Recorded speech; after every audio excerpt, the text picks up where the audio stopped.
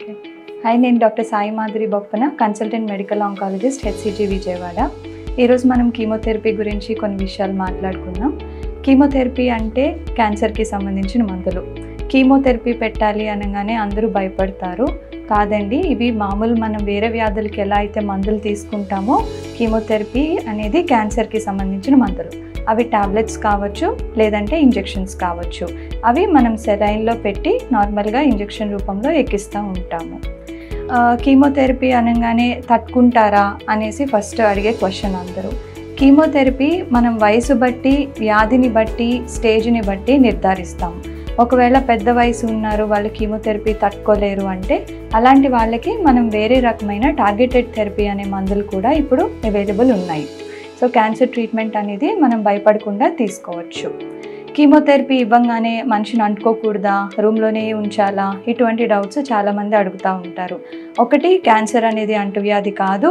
రెండు, కీమోథెరపీ తీసుకున్న పేషెంట్స్ని కూడా మనం మామూలుగా ఎలా అయితే ఉంటామో అలాగే మనతో పాటు వాళ్ళు కలిసి ఇంట్లో ఉండొచ్చు. ఒకటి, కీమోథెరపీ తీసుకున్న వాళ్ళకి ఇమ్యూనిటీ అనేది తగ్గుతుంది.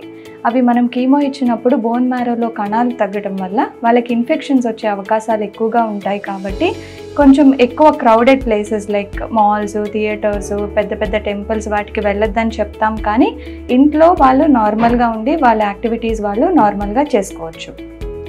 కీమోథెరపీ తీసుకుంటే జుట్టు ఊడిపోతుందా? కొన్ని మందులకి మాత్రమే ఊడుతుంది, అన్నిటికీ అయితే ఊడదు.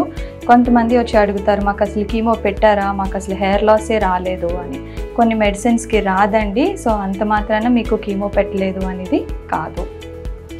తర్వాత కీమోథెరపీ తీసుకునేటప్పుడు తీసుకోవాల్సిన జాగ్రత్తలు.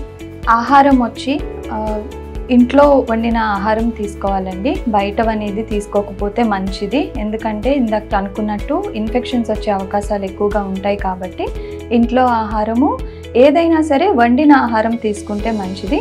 వీలైనంత వరకు పచ్చివి అనేవి అవాయిడ్ చేయండి. మంచినీళ్ళు అట్లీస్ట్ రోజుకి 3 to 4 లీటర్స్ ఆఫ్ వాటర్ తీసుకుంటే బెటర్.